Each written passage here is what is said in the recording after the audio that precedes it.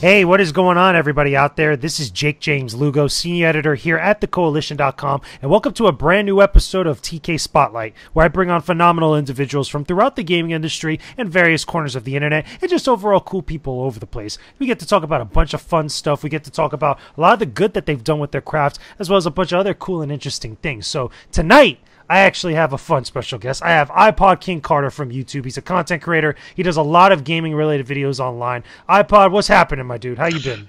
Yo, what up, bro? I'm doing well.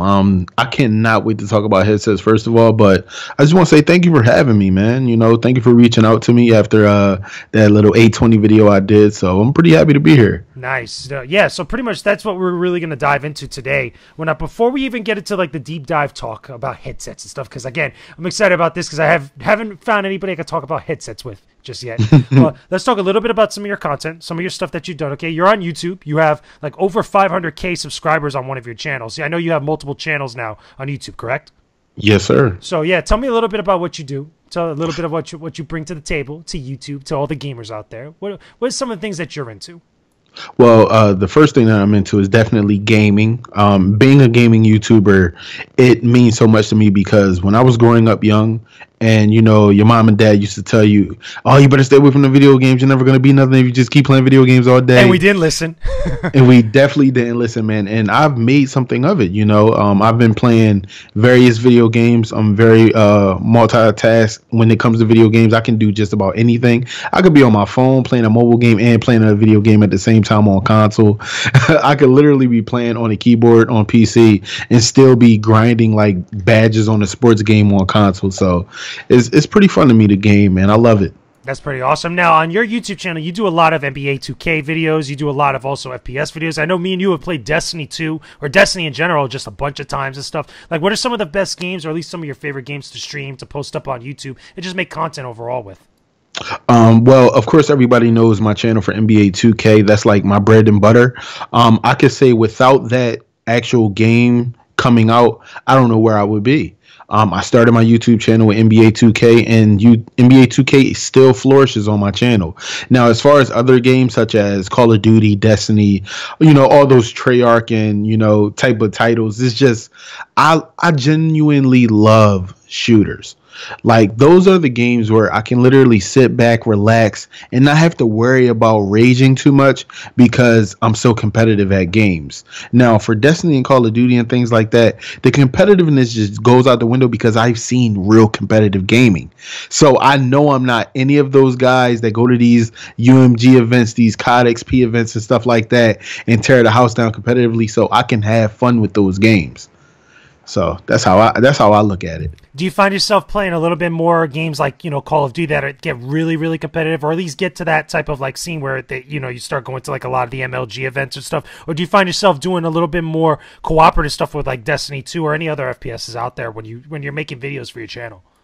Well, when I'm making videos for my channel as far as FPS goes, I kind of try to make the funny moment videos because there are amazing moments when I'm playing with my friends where anything can happen. You know, we could be cooking a grenade and you get shot in the head and you end up dropping a grenade and killing your whole team. Which is not cool. It's definitely not cool, but it's just amazing times, man. It's those laughter moments that we love, you know, whereas with NBA 2K, we play call outs like we are competitive gamers. You know, we say slide, switch, like we barely talk when we're playing NBA 2K because we're so competitive in that nature with sports. But when it comes to FPS, we're so bad at the game, but semi-good, that we can kind of have fun with that. Now, I've went to a couple MLG events, UMG, COD XP events, and I can say that those guys are on a different level. You know, I mean, I'm not, you know what, they're on a whole nother plateau. That's what it is. They're in a whole nother tier. They're like S tier. We're over here in the D tier. We're like way down there. So I totally understand. But at least you're rolling with your squad. You're rolling with your boys. You're rolling with your peeps. That's always fun. Speaking of which, okay, this is a perfect segue. You look at that segue. It was a phenomenal segue, people. Either way. But let's talk about headsets because you and me, I'm coining this phrase set head.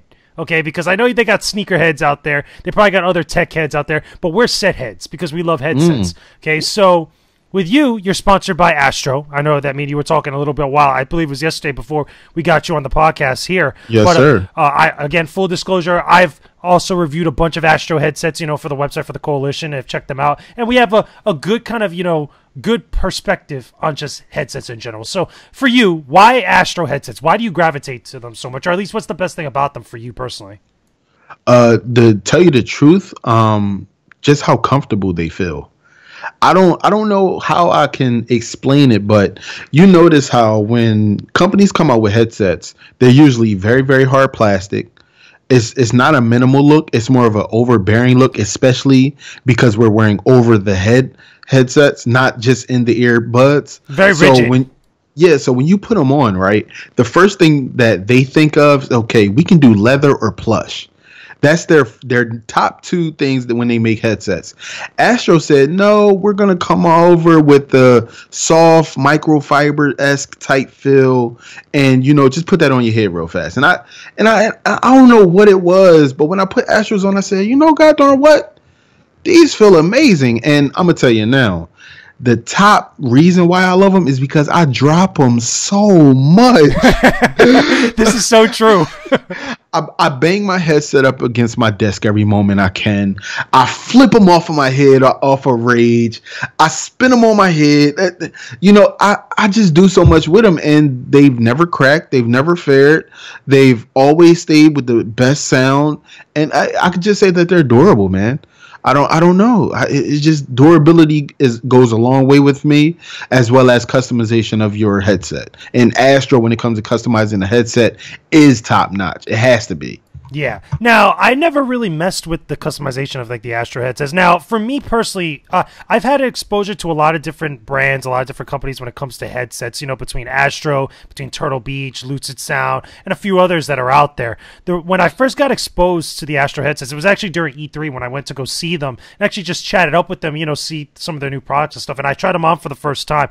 I really was taken back, at least by the comfort factor, because like you were mentioning, a lot of different companies use that leather material on the buds, and for me it's not always too comfortable. I always feel the leather, especially if I move my head around. I'm always going all over the place, while I'm talking and playing online and just doing competitive stuff, and I always feel that it always rubs against my scalp or rubs against my ears and such, and I always found that to be a little bit annoying. A variety of different companies do this, but with Astro they have those little those really soft material. I don't know if it's a plush or if it's a microfiber that they do, but it's super soft and I hardly ever feel it while I'm doing stuff. I always focus on the sound whenever I'm actually playing my games and stuff. Speaking of which, the other thing that they're also good for, at least, and again, it sounds like we're being a little shilly here, the Astros, but it's totally true. Anybody that's felt them and has actually used them knows exactly what we're talking about. Again, the sound and stuff is really good, but it's really, you're not feeling anything else. You're just so focused on what you're hearing in the game. Right. Now, I can say that over the years, I've probably reviewed maybe several different type of headsets. I can even go as far as back. Do you remember Titan? Or Triton? I think it's Triton. I remember Triton, but I don't think I ever used them. I remember seeing the brands and seeing different stuff and postings around, and I think I've even seen them at an event or two. Yep. I've tested out Triton. I've tested out Turtle Beach. I was a big Turtle Beach guy for the first 2 years of my YouTube career. Yeah. But they used to break every 3 months. Really? They used to crack. They used to go in and out. The wiring was bad. And maybe that was just because they were starting out or whatever the case may be, but they were heavy in Best Buy. And Turtle Beach was really I went to my first event. Who was there? Turtle Beach. And, I went over to the booth. I was like, hey, man, I've been wearing you guys' headsets for a minute. And I was like, is it worth it getting the most expensive headset? Because the ones that are at the lower price points keep breaking. And they clearly told me, they was like, you know what you need to do? You need to take care of your headset, opposed to destroying your headset. Throwing it around. Exactly. And I kind of got taken back from that because throughout my entire YouTube career, I have always been that guy that if rage overtakes me, I don't know where I could go. So when the guy said, so what do you do with your headset? I said, oh man, I do all kinds of stuff. It was one point in time I was chewing on a cord one time. Really? Why? Man, I was losing it. But he legit told me, he was like, it's not about, the most expensive headset because they make so many. but they were just saying you have to take care of them. These headsets are not made like you wouldn't, throw your sneakers down the street, just because you missed a loop or something while you were tying them. So you had to treat your headsets a certain way. And I was like, I can't be that guy. Yeah, I can understand that though. Like, I could totally understand that logic's like, listen, it's a piece of tech. Like, it's not like super durable. Like, as something you would give to a child. Like, when you break it or you drop it 100 times, it's still gonna work like years later. Like, obviously, it's an expensive piece of equipment. Even for some of the cheaper headsets that are out there, like if you just drop it or if you step on it, that's it. That money's like down the drain. Mm-hmm. Also, to talk about a newer headset. Company that just jumped in the game, Razer. Remember when Razer jumped into the game for headsets? Yeah, I have yet to really mess with them though. Like I've been trying to hit them up like here and there, to check them out for the Koalition and stuff, but we haven't had that connection just yet. So basically, what I was told was Razer somehow figured out. I would say the manufacturer distributor for the top headset brands out there and kind of bypassed everybody else. They didn't want to partner up with anybody. They decided to kind of hop in themselves and do it. And I heard that Razer has been kind of like trying to make a run for it because they make so many products. They make keyboards, they make mice, they make headsets, they make mics. I mean, it's so many different things that Razer makes. It's just I want to be with a company that's focused on something and is the greatest at it, not a company that can do everything. So, I mean, we all love LeBron. He can do everything, but I mean, wouldn't you want to look at a pure score if you want to see scoring that night? Very true. Good. That's a good comparison. Like one question though I want to ask though is like there's a lot of different companies that do make headsets besides the traditional like Astro, Turtle Beach, now Razer and stuff. You have other companies like recently I just reviewed a headset for Rockcat that actually they make other stuff as well. Like they're a little bit of a multitasking type of company, but they also have like their own branding of headsets and some of them are pretty good and such. Do you think like it's much more beneficial for a company like to either start off doing something like headsets or at least start off doing other tech before they dive into that type of technology? I would say for any company that's willing to jump into the headset wave, you have to have the, how should I say, the template. No, just the template on what a great headset takes to make. Because a lot of companies come in and say, hey, we're going to do it like this. Like, I know you've heard of Lucid Sound, right? Of course, yeah. And their headsets aren't bad. If you take pretty good care of them, Lucid Sound headsets are really good. My son has a pair. They got a lot of features. Like one of the reviews I did was for the LS20, and it has that turntable on like one of the buds. It also has an equalizer, which some of the other headsets that I reviewed don't have an equalizer, which I thought is interesting. Yeah, and I can tell you right now, my son has a pair, and he loves them. Like truthfully, they have not broken yet, and he's 9. I seen them lay anywhere in my house, and they never have broken. I've seen him close the wire in the door and like we'll be driving and then like I'll get out and I'll be like, Dave, look, you drug this for like 3 miles. And he'll be like, oh, I'm sorry, Dad. I didn't know. I just put them around my neck because they look cool. So, it's things like that, man. It's my main thing is, man, what makes a great headset company is the durability of your headset. Your headset has to be durable. That's what makes it top 5 to me. And also there's another company that just hopped into the wave. They make gaming chairs as well, HyperX. Yeah, HyperX. I recently, one of my last reviews was a HyperX headset. I think it was the HyperX Stinger, I believe it was. Yeah, so I mean, HyperX is doing pretty good. I mean, the Stinger is one of their lower priced headsets, but they also have different ones such as the Kingston HyperX, the cloud over the ear one. I think that's about the Cloud 80. Alpha. The Cloud Alpha is also the one they brand for the esports players. Yeah, so I mean, HyperX is doing pretty good as well, but it all comes back to durability and the way a headset is made. So let me ask you this before we continue on. Like, what about sound, though? Because amongst all the different brands of headsets, like for me, obviously Turtle Beach and Astro are usually the ones that have the best sound to them. They have some of the more options. Outside of like the Lucid Sound, which I mentioned has the equalizer, you have other things with the Astro and the Turtle Beaches that sometimes they have Bluetooth, sometimes they have like different mute features or even different dials. Like I know like the Astro A40s has that kind of like that mixer between the game audio and the chat audio. They have different like, stuff like that, but it all goes back to sound and how how things, sound for you in game and such. For you, which one do you feel like, or at least what is one of the bigger factors for a headset when it comes to sound? As far as sound goes, I'm definitely going to have to go with first-person shooter games. Now, everybody knows footsteps are always every gamer's main point. Big time. If they don't hear footsteps from behind their ear, coming from the side of their right ear, if they don't hear it as in it's right in front of their eyebrows, the headset is trash. It seems like the headsets have to have that Dolby Digital 7.1 sound surround. That surround sound, yeah. If it doesn't have it, you might as well call it a GG. It's not a gaming headset until it has surround sound features. Period. To me, that's my thing. That's why when I did a review on the A10 and you plug the cord into the controller, you are no longer playing with a real gaming headset. This is not a professional gaming headset. But when you throw that A50 on your head, that's when we talk A50s. My A50s. Let me tell you, I love those Astro A50s. I tell you right now, when I first got them, because one of the things when I originally got them is because I wanted to do a wireless headset review, and because at the time I think I had did the A10s and I did a couple other headsets that were all wired. I'm like, I always hear all about these wireless headsets, and I really want to try them out. I really want to experience it. So when I got those A50s, it was like a come to Jesus moment for when it comes to headsets. Man, I can say so many things about the A50, man. Listen, this is word to him upstairs.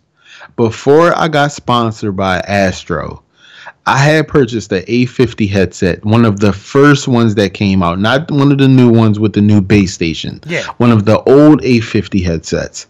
I can tell you right now that I sold that headset 1 year ago. I got that headset maybe 2012 or 13. Mm-hmm. And I just sold it a year ago, and it still works perfectly. Now, real talk though, do you like it better than the newer version of the A50s though? No. It's a stupid question, but still. But that's because of the new base station and everything like that. But what I'm trying to drive my point is, if I had a headset that was almost 5 years old, and I can tell you that I sold that headset for maybe half the price that it was worth when it came out, because it was still that good of condition. Everything still worked. All the wires still worked. The input cord still worked. The charging for the base station still worked. Everything worked. The whole headset was still pristine. Nothing too much was wrong with it. And I still was able to sell it off because it still worked. You can't say that about many headsets nowadays. Very true. That's very, very true.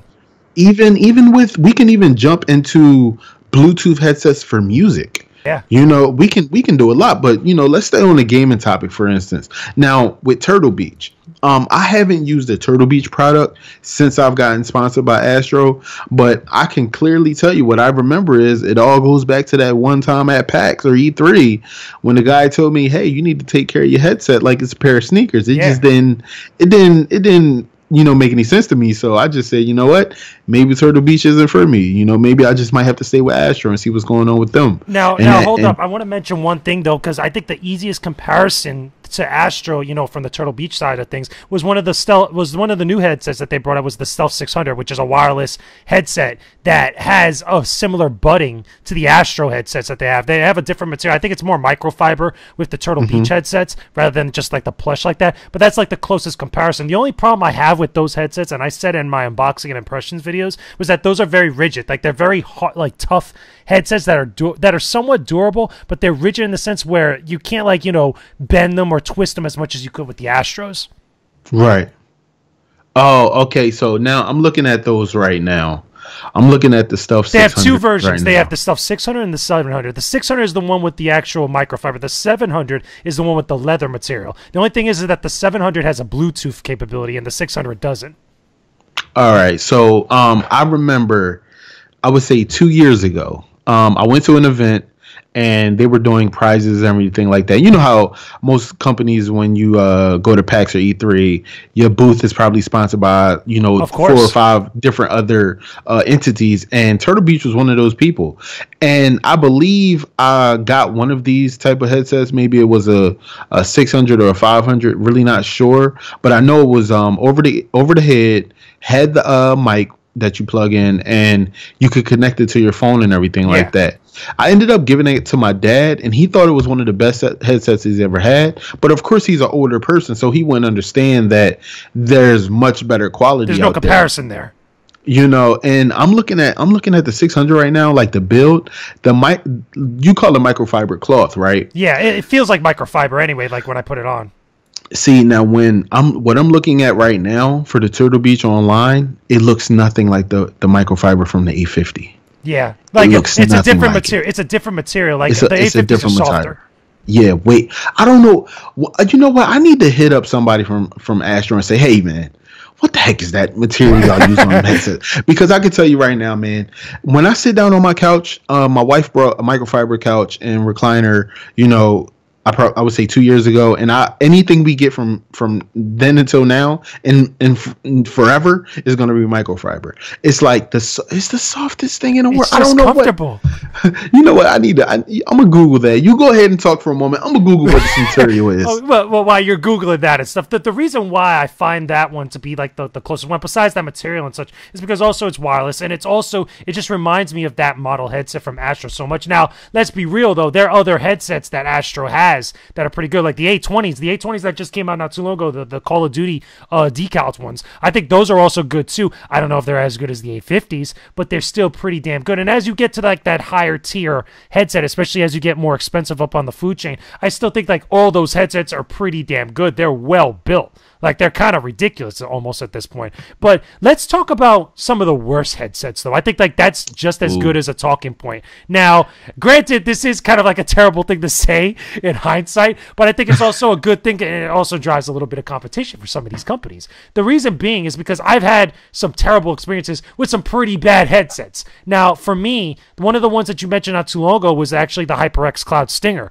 Now, the reason why I didn't have that great of an experience with the Cloud Stinger is because I think a lot of the problems with some headsets comes with the connection, especially the wired ones. With that one in particular, it's a wired connection, and when you plug it into your actual what is it? I think it's your 3.5 millimeter input. It gets really staticky. Like, even if you like tap it, and I don't get that from a lot of other headsets. Like, I don't get that from the Rockcat headset I got, the Con Pro, and then a couple of the other ones that I've gotten from either Astro or Turtle Beach. I never had that issue whatsoever, and I can't understand why some other companies still have that problem.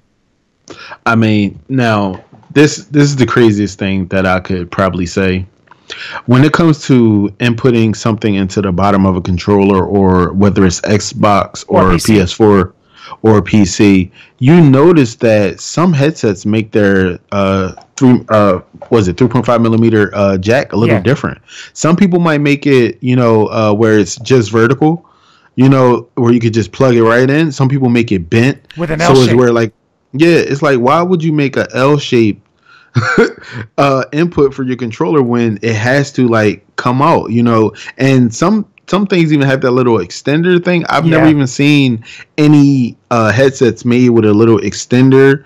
I think it's like the EXT port for a headset. I don't know. Maybe they could use a different technology, but it just didn't. It's never made sense to me why people make their headsets different with L shape or just straight. I don't know. Maybe it's weird. Maybe we just need to leave wired headsets alone. Yeah, right. Like, here's another thing also that I found is weird. Like with my Rockcat, I actually has the dual input, which has one for the microphone and one for the actual earbuds themselves. But others, I noticed that when they have the mic, they just plug into the earbud, but they don't have a second input that you have to plug into like a PC and stuff. They just have one 3.5 millimeter jack in that you could just plug in. Yeah, I don't. You know what I've also noticed about that? Funny thing. I have the Astro A10s, right? So when I plug those into the actual controller, it always gives me the chat audio, right? Now you can go in and change it to all audio and everything like that, and people hear you pretty good. But what I notice is when people talk to you from the chat into your A10, it only comes in one ear. Yeah, you have to change the setting on that. I think on the console. Yeah, you have to change it on the console for you have to pick up all audio now to hear them full circle.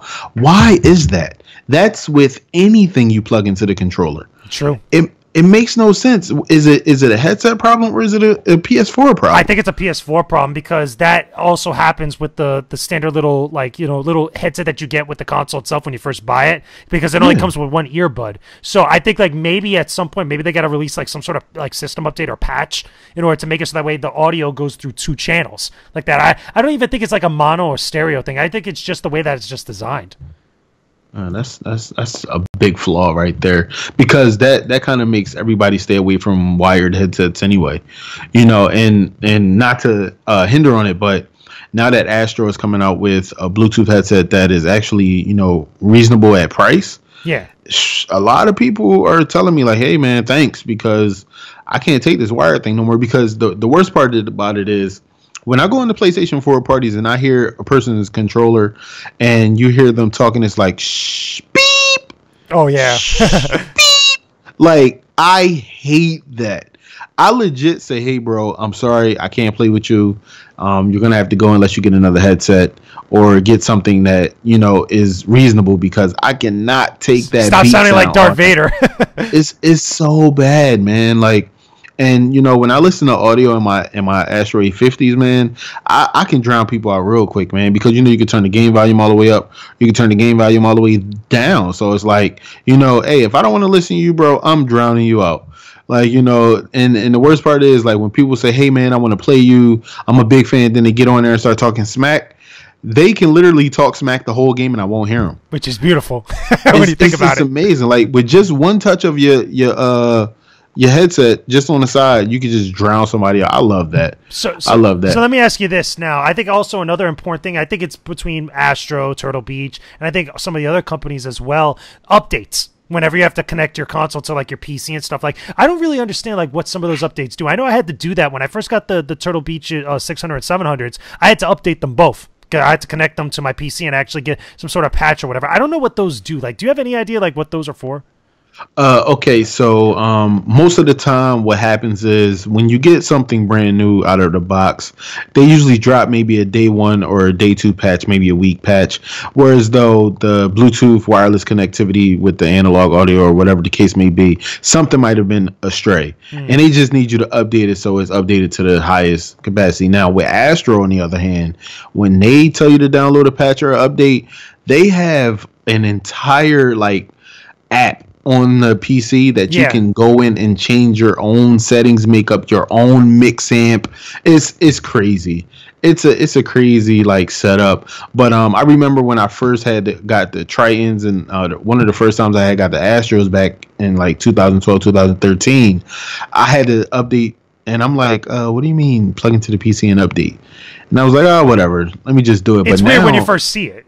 Right, but now as you get more and more tech on a day-to-day basis, everything needs updates.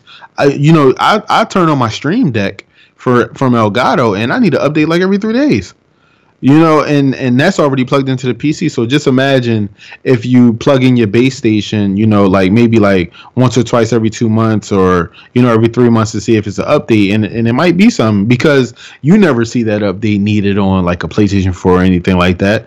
You don't know that you need an update until you go to the website looking at some of their other products and say, hey, hold on, update 2.5. I think I'm on like 1.1. What are we doing? Now here's another fun question, because you would know a little bit more about this than me, because I think you messed with it a little bit more. So the customization features for a lot of the headsets, and now obviously Astro would be more your jam, but like what do you feel like is the best things about the customization? Like whether it's like changing up the buds, adding like a decal, changing up the microphone, changing up like the top parts of like the actual headset that goes on your scalp. Like what is the thing that you kind of gravitate towards most when it comes to like messing around and customizing your headset in your collection? As far as customizing mine, would have to be color. Color plays a big part, because in my like, I guess, culture, everybody wants to like try to match everything. Yeah. So if you can, make your A40s. Now I have to take this back to the A40s, because the A50 isn't as compatible to change everything. True. As the A40 is. Now the A40 TR, you can legit take off the ear cups. You can take off the actual mic. You can take off the actual what are them things called? The clamps on the side where the speaker tags. You can take the speaker tags off. You can take the headband off. You can literally dismantle this headset. Go onto the actual website or whatever the case may be and fully deck out an entire set to whatever color, whatever game, whatever style, whatever graffiti, whatever tattoo, anything you want. You can make your headset fully customizable. Fully customized. If you want a gold headset today, they can make it gold. If you want a purple and green headset, you can make it purple and green. If you want a Christmas headset, Astro can provide speaker tags, headband, the actual ear muffs, whether it's leather or not, and a different boom mic. Your boom mic can have green and red wiring if they came out with it. You know, it's just so many different things that they can do with their headset that kind of takes me away from other headsets in a sense, because man, customizing is so dope. Right? Because like, you can get so crazy with it at some point. You could go ridiculous. I've seen some ridiculous customizations. I know a lot of the esports players out there that are part of different teams and clans. They tend to do a little bit much more crazier stuff with it. But then you have like some of the people that show up to like a MagFest that have like ridiculous stuff, like their headset will match like their tower, which will match like the inside of their guts, and like have all like this other crazy stuff. Like it could get pretty wild. Yeah, and the best thing about it is, not only is it customizable, but you don't lose any type of power, any type of wear and tear on your headset. Think about it. If you get the headset on day one and you customize it on day one, guess what? If anything happens to those pieces or anything that you probably customize it with, all of your stuff you got on day one is still pristine. So if you decided to sell a headset and you know, get rid of it, you can still sell it with all of that stuff and have your collectible items that you got for that headset and put them somewhere. You know, and also what you can do is not only that, if you decide, okay, I want to keep customizing, remember, the more you customize your headset, the longevity stands with that headset. True. You're then going to take care of that headset like it is a pair of sneakers. You know, because you can literally say, oh, I don't got to get a new headset. I can just customize the one I got. Why do I have to pay another $400 for a headset when I could just pay maybe $30 for some speaker tags or something like that, and I got a brand new headset and rock a whole new style?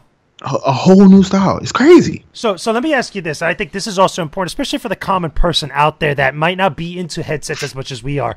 Owning more than one. I feel like this is something that sometimes it's going to come up at some point, especially if people own multiple consoles. Do you think like it's necessary to own a different headset for every single console? Because for me, I understand that some of the headsets are cross-compatible with some of the different consoles. But with me, again, besides what I do with my own stuff here on the Koalition, I have a headset for each one of my consoles. I have my Xbox One headsets, I have my PlayStation 4 headsets, I have my headsets for when I'm actually working on my PC. I have a different one for each situation. Is that a good thing or a bad thing for some people? For people that are in our industry, I would say it's the best thing, because legit, nobody wants to wait 5 minutes or however long it's going to take you to take all the wiring off of your other console, put together this headset and make it work for that. Nobody wants to do that. You know, if you're talking to a person that has a Nintendo Wii and a PlayStation 4, hey man, rock on with your one headset. But if you're talking about somebody like us, we have a PlayStation 4. Some people have an Xbox One X. Some people have a beastly gaming PC. True. I also have a MacBook. I also have my cell phone. Or a Switch. Or a Switch. And some people even say to themselves, well, what happens when we're playing on dual screens or something like that? Like, what if somebody doesn't like, what if it's too loud and somebody else wants to throw in a headset? You got to have a headset ready for them too. True. You know, so I have two A10s, I have one A50, two A20s, and I have two JBL headsets. I have a pair of Beats headsets, and I have like 4 Skull Candy earbuds. So like I'm a headset guy. So, whenever I pick up and go, I always have something for an occasion. I'll say, hey man, you know what? I want to keep it casual. I'm gonna go ahead and grab my gray JBLs and I'm just gonna rock out like that. But if I'm going out like flying or something like that, let me grab the gold studded ones. On a plane, noise cancellation, blinging. Something like that. Like it's a feel. You know what? We're set heads. Yeah, we're set heads. I'm telling you, I'm quoting that phrase. We're gonna start using that. We're set heads. I'm gonna put that in my Twitter profile. It's gonna be a thing. Now, here's a good question. I think that this would be a great way to kind of like wrap everything up, at least culminate everything. Companies we want to see get into headsets, especially for gaming headsets. I always said, and I kept thinking for a while, Beats by Dre or Beats at some point should get into making headsets for us gamers, because obviously they got the music thing on lock and they have all that different stuff that's associated with that, but they never really branched into the gaming culture. And you would think like a company that's so infatuated with sound, or at least it's all about sound, would do something similar like what we've seen with other companies like Sennheiser, like Blue, the list goes on. Like, which companies do you want to see get into like gaming headsets? Well, honestly, to tell you the truth, when it comes to the top 5 music brand headsets, they should have a gaming sister partner. Every single one of them? Every single one of them. It's no reason that Beats by Dre is not into the gaming industry. Yeah, come on, it's no reason that Monster is not in the gaming industry. With their little DNA headsets and stuff like that. That's weird that you mentioned that, because I've seen Monster at E3. Like, I've went to meetings with Monster before where they've talked about some of their products, but they don't have a gaming headset per se. Like, they've wanted to branch off into gaming like related stuff, but not like, a branded gaming headset. Yep. Now, funny thing that you had mentioned that, right? So I actually did a review for JBL. You might know him as Harmon. Yeah. So basically, they wanted me to, try to just see how one of their headsets would fare in a gaming setting. I guess it was like a little deep dive. Like a control group? Right. I didn't have to make a video or anything. This was not a promotion. This was a general sense. Keep it in the email. Pros and cons. What can we do better as far as a company that makes headsets and that may want to dive into gaming? And I gave him my full utmost, respectable review. I didn't bash him. I didn't say, hey, your headset's trash.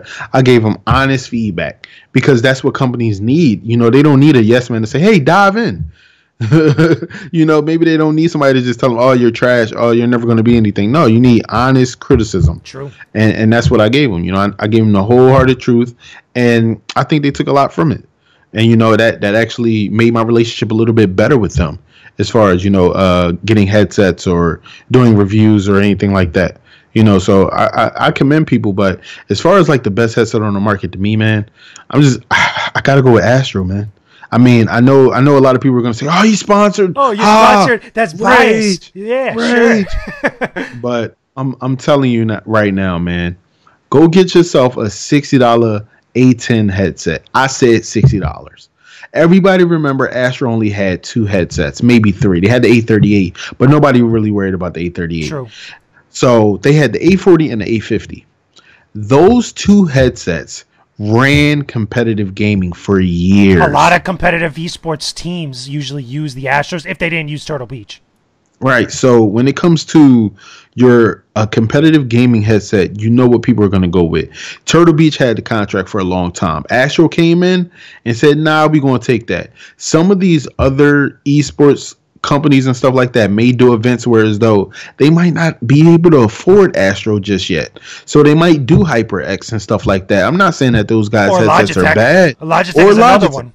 But check this out. Funny thing, Logitech just acquired Astro Gaming. Exactly. So that tells you so much. If one of the brands that branch out and says we make so many things, we're just great at doing everything, buys Astro Gaming that focuses on headsets only, that tells you what's going on. And not only that, nothing's changed over at Astro. Logitech didn't come in and say, we're going to take your formula. Thanks for sticking around. We'll holla at you. No, they say, hey guys, we acquired you. We want you to keep doing what you're doing. Make great headsets. I agree. Definitely interesting stuff. Yeah, I mean, these A50s, man, they're fucking bomb. I'll tell you, those are life changing. That was a come to Jesus moment I had. I love my A50s. I'll tell you right now, I love my A50s. They're dope. This is true. So let me ask you this. Like, now, this is the one question that we ask every guest that we bring on TK Spotlight, which is tradition now at this point. We're going on now about 14 episodes. So I want to ask you, what is one thing that you could tell everybody out there that you feel like people that are listening to this episode right now, that they feel like they could get something out of listening to this? What is one thing you would tell them at this point? The one thing that I would tell you guys, hello, by the way, I'm an iPod. I would tell you guys to follow your dreams. Now, I won't say follow any childish dream. I will say follow something that will make you happy, make you financially stable, and stick to it, whether it's having to stay in school, study longer, study harder, get A's on those tests, SATs, make it to college, and follow your dream to what you want to do for the rest of your life. Or if you want to be a gamer, figure out something that is fun for you that can potentially become a job where you can make an honest living off of that, not have to change up your moral values at all, and follow that dream. Or if you would like to be a vlogger, if you are comfortable with showing your life and will never ever have a problem with that ever in your life, you have to make that conscious decision yourself. Become a vlogger, show people how you live. You know, there's a lot of different lucrative ways to make money out here in this world, but I always say make sure you stamp yourself before you hop in and let yourself know, hey, I'm going to check myself at the door. I want to make sure that I want to do this and that I'm not getting pressured into do this. So do what you feel, do what you like, and do what you love. There you go. Some good words. I'm pretty sure a lot of people will be inspired by some stuff like that. But iPod, thank you. My fellow set head, well, thank you for coming on to the show. Well, where can everybody find you right now? You're on YouTube, you're on Twitter. Where can everybody find you? All right, guys. So on YouTube, I have almost 550,000 subscribers. So make sure you guys subscribe to youtube.com/iPodKingCarter. If you generally have a question for me, whether it's about set heading or anything that you guys may have to just ask me, say to me, or even just want to say, what up? I am on Twitter at twitter.com/iPodKingCarter.